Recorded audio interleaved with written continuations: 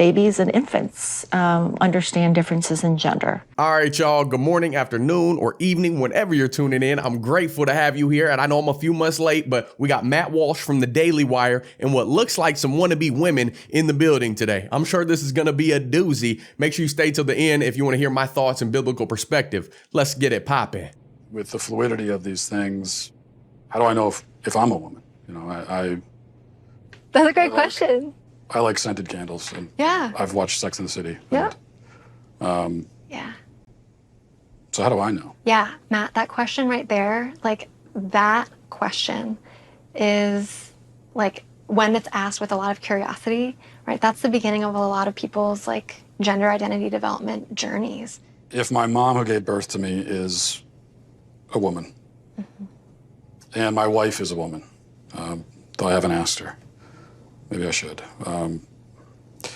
But if they're all women, and also the boy who sits down with you and says, I think I'm a girl, actually is one, then what is a woman? Yeah. Great question. I'm not a woman, so I can't really answer that. I don't care if What? you think you're a sheepdog and you come into my store. It don't matter to me. Just don't come in and try to shove that down my throat. If it makes someone feel better, what about their feelings? I don't give a about their feelings. I'm old. What about in the Star Wars universe? Jar Jar Binks, pansexual, do you think? Transgender?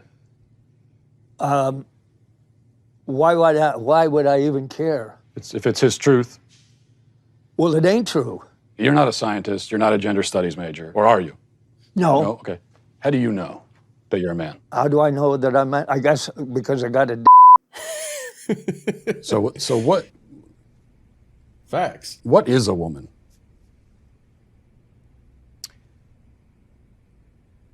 Why do you ask that question? I just really like to know.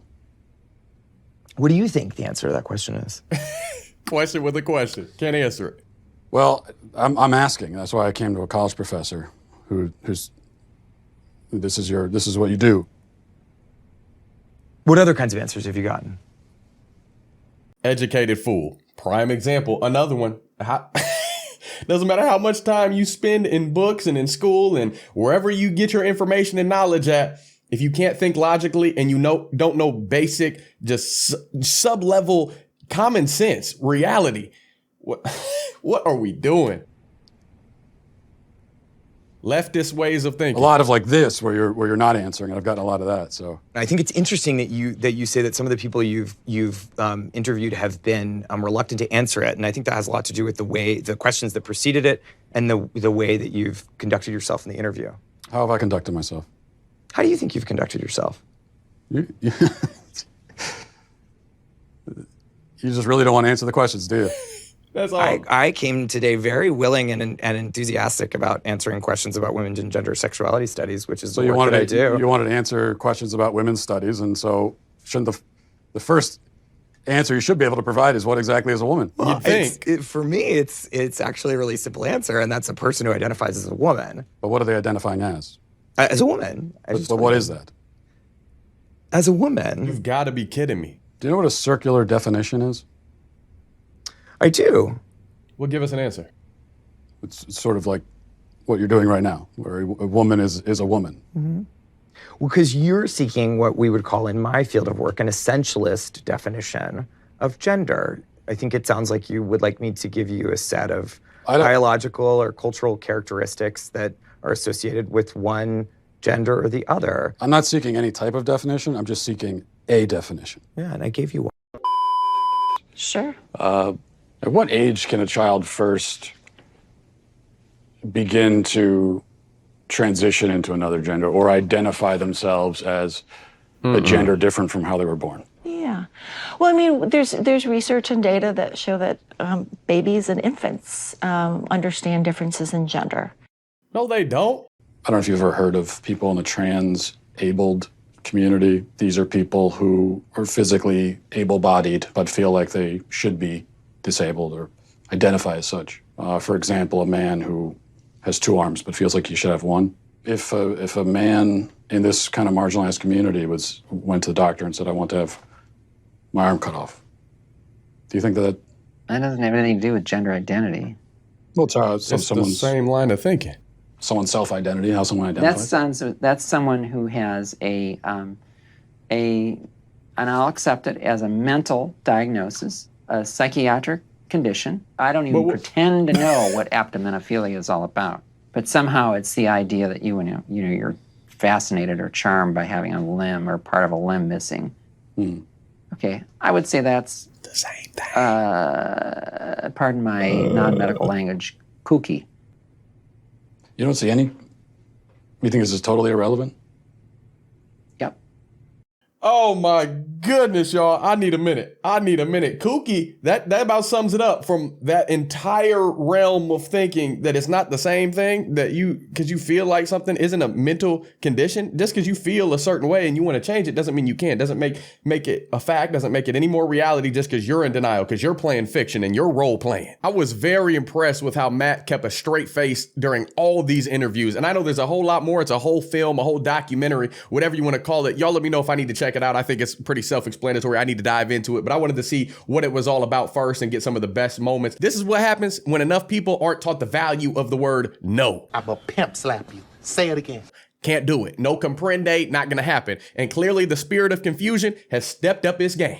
I'm gonna be honest, y'all. It made me very uncomfortable to think that these people that Matt was interviewing were highly educated. Literally, just, I don't know how they got these roles, but it's scary to think that these are the people in schools, because they were dumber than a sack full of hammers. Like, they couldn't answer the most basic, straightforward question. They twisted it, asked a question in return because they didn't have a logical breakdown of why they believe the things they do or why they're spewing all this evil, Satan-filled, demonic nonsense. And God help these people, because you can't be convincing young boys to castrate themselves, cut off what God blessed them with, or girls to sterilize themselves to find happiness. That's literally a crime against humanity, and these people should be in prison. At the end of the day, these people should be locked up behind bars. The problem I have with these LGBTQIA plus people is that we have to respect and accept their idea of gender role playing and their confusion, but they don't have to respect us if we don't. It just doesn't make sense to me. Like, you have the same standard across the board. I call it like it is. It's role playing, and if you people want to dress up and live in a fictional world your entire life, have at it. But don't you dare push this stuff on innocent children, and don't try dragging the whole world to hell in a handbasket with you because we don't affirm your false existence or go along with your evil sin. Don't let me catch one of these born and bred dudes feeling frisky and feminine and got some sugar in their tank like a rainbow warrior that day, trying to go up in the bathroom thinking it's cool when my wife is in there, or my mama, or if I have a daughter someday.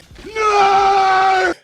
We ain't gonna have that. It's not gonna happen over here. And I promise you, I will risk facing that wrath of God come judgment day, and I will send them a one-way ticket to meet their maker. It will get ugly up in this joint if you risk putting my people in danger with some sick, twisted, perverted, nonsense way of thinking and mental illness that you got going on. Don't think it's cool to go up in the bathroom when my people are up in there, or anybody's. Y'all should have that same way of thinking. It's not cool. A lot of people don't want to be seen as rude, and they fall into this sheep mentality trap of like, I don't want to offend anybody. I don't want to be seen as not understanding, but you got to call out evil and sin when it's staring you right in the face. Season your speech with salt. Be as loving as possible to try to bring these folks to Christ, these highly confused individuals to Jesus Christ. But at some point, you have to be blunt and straightforward. In today's climate that we're living in, that could be seen as hate speech. You might get canceled, but I'm willing to face that. Again, I know God works all things together for the greater good for those that are saved, that look to him. But reality, myself and people like Matt, we're just trying to save the youth and people from getting toasty come judgment day. Because when it's all said and done, each of these individuals is going to have to face the Almighty. If you were born a woman, consider that a blessing, because God gave you and only you the ability to give birth. I have yet to see a man that transformed into a woman be able to give birth. I'm sure my women nurses and doctors out there can confirm that has never happened. So until a woman or a man trying to be a woman can give birth like an actual woman,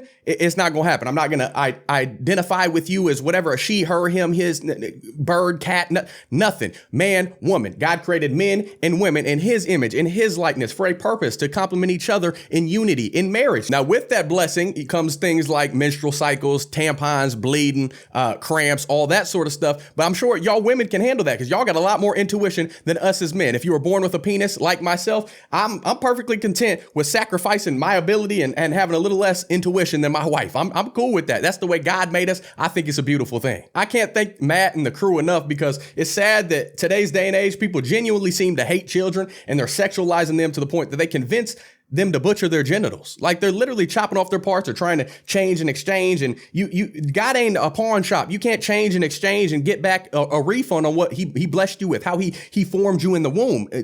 You just can't. It's not, you can hate it. You can disagree with it all you want. That's the way it is. You got to own up. You got to face it. Again, the word no needs to be taught to children. Kids need some spankings. Kids need a father in the home that tells them like it is, that disciplines them when they do wrong, when they start straying off on the wrong path, because kids don't know what's going on when they haven't gone through puberty. When they're going through puberty, you're going to face a ton of emotions, a ton of different just hormones and things that take over your body, that if you start chopping off and changing and trying to feel like this, and people allow that to happen, you are probably going to commit suicide. Look at the suicide rates. Like that kid is going to battle so much more down the line for that momentary lapse in judgment, for that momentary whatever it is that they dove all in thinking it would relieve their life, relieve their pain, give them some clarity. But down the line, they will pay for that.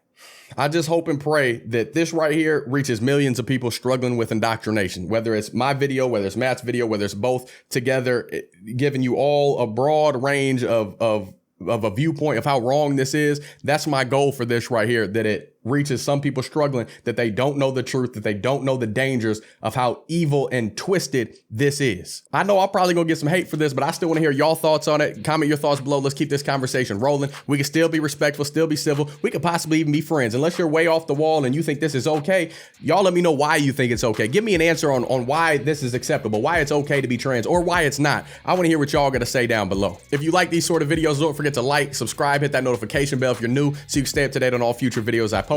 Share this video whether you agree or disagree with my take on it. At least get Matt's work and his expertise of just sitting back, cool, calm, collected, and the viewpoint of these other people in confusion. At least get that in front of other people and allow them to think for themselves and make up their own mind. If you want to support the channel, you like what I'm doing over here, you appreciate my godly values that I didn't always have. I grew up on the left. I grew up without a father. I grew up in a crazy way of thinking that I tried to find my own way. It only leads to depression, anxiety, sin, and more sin, and ultimately death unless you're saved. And when you become saved, it will change your life for the better. Jesus's way of living, his example will make your life better. He is perfection. He always will be. And he made the ultimate sacrifice. No matter how bad you think you got it, he took on the cross when he didn't have to for all the sin in the world. So turn to him, and then he beat death. You know what I'm saying? So that's the beautiful thing about it. So if you get down with that, you can get this He Is Away shirt made by my lovely wife, John 14:6. She makes it on her Etsy store. I actually got to share the verse with y'all. Got to dish out some biblical soul food. Jesus answered, I am the way and the truth and the life. No one comes to the Father except through me. That's Jesus Christ, not me. Don't get it twisted. I'm just a regular dude named Devin.